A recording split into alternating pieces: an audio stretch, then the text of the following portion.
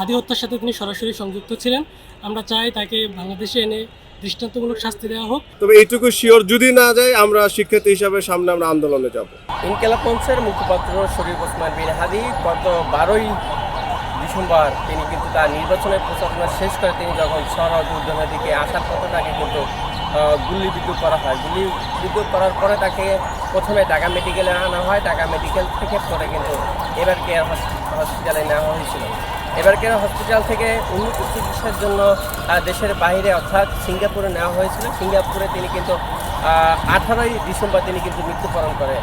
তার এই হত্যাকাণ্ডের সাথে যে আসামি ফয়জল তিনি কিন্তু গতকাল রাতে ভারত থেকে কিন্তু গ্রেপ্তার হয়েছে, সেটি কিন্তু আমরা জানতে পেরেছি। অর্থাৎ ভারতে গ্রেপ্তার হওয়ার পরই কিন্তু বাংলাদেশে তাকে ফেরত দেবে কি দেবে না সেই বিষয়ে কিন্তু সাধারণ মানুষ কি ভাবছে সেই বিষয়টি আপনাদেরকে দেখানোর চেষ্টা করব। হাদি হত্যার সাথে তিনি সরাসরি সংযুক্ত ছিলেন। আমরা চাই তাকে বাংলাদেশে এনে দৃষ্টান্তমূলক শাস্তি দেওয়া হোক এবং এটা যেন এমন শাস্তি হয় যেটা পরবর্তী যদি কেউ এই অপরাধ করতে চায় সে যেন এটা দেখে শিক্ষা নিতে পারে যে এটার ফলটা এমন হতে পারে। আর যদি এটা না দেওয়া হয় তাহলে মনে করবো জাস্ট এটা আমাদেরকে লোক দেখানোর জন্য জাস্ট একটা আইওয়াশ। আমি যেটা বলতে চাচ্ছিলাম যে তারা আমাদেরকে দেখাচ্ছে যে বিএনপি ক্ষমতায় এসে এরকম কিছু একটা করছে যেটা মানুষ এক্সপেকটেশন করতেছিল, বাট ইন রিয়ালিটি আমরা সেটা পাচ্ছি না।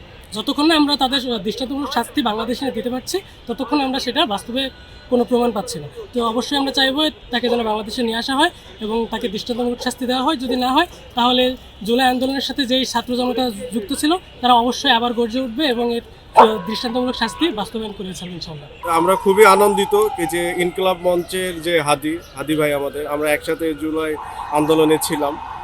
তো আমি ঢাকা কলেজের শিক্ষার্থী হিসাবে চাবো কি যে উনিও চেয়েছিলেন, ওনার পরিবারও চেয়েছে, তার যে ইচ্ছা ছিল তার বিচার করা হত্যার। তো এটা অবশ্যই আমাদের এখনকার যে গভর্নমেন্টের যে দায়িত্ব আছে প্রধানমন্ত্রী তারেক রহমান, উনি এই বিষয়টা অতি গুরুত্ব সহকারে দেখবেন। শুধু রিমান্ডে না, আমরা চাই কি যে এটার সাথে যদি আরও ইন্ডিয়া বা অন্য কোনো দেশ জড়িত থাকে তদন্ত করে অতি দ্রুত তাকে বাংলাদেশে নিয়ে এসে তাকে আইনের আওতায় নিয়ে এসে ফাঁসির ব্যবস্থা করা হোক। এটা আমরা একমাত্র চাই। আনন্দবাজার পত্রিকা আমাদের শিওর করেছে, বাট আমরা অলরেডি জানি কি যে এটা প্রক্রিয়াধীন চলতেছে, পররাষ্ট্র মন্ত্রণালয় থেকে তারা কাজ করতেছে। তো এখনও এই বিষয়ে আমরা ভিতরের খবর অভ্যন্তরণ জানি না।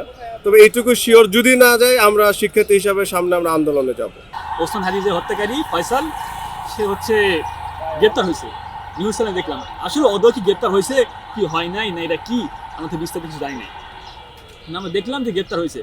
গ্রেপ্তার হলে যতক্ষণ আমাদের বাংলাদেশের কাছে সবদ্ধ না করবে ততক্ষণ তারা আমাদের না দিবে ততক্ষণ তো বিশ্বাস নাই গ্রেপ্তার হয়েছে কি হয় নাই। আমরা তো বাংলাদেশে আছি, আমরা তো ভারতে আছি, আমরা কিছু দেখতে পাচ্ছি না। আমরা চাই যে এখানে এখন বর্তমানে নির্বাচন একটা সরকার আসছে, বিএনপি সরকার। ওসমান হাদি ভাই এখন জুলাই যোদ্ধা, তিনি আমাদের হৃদয় স্পন্দন।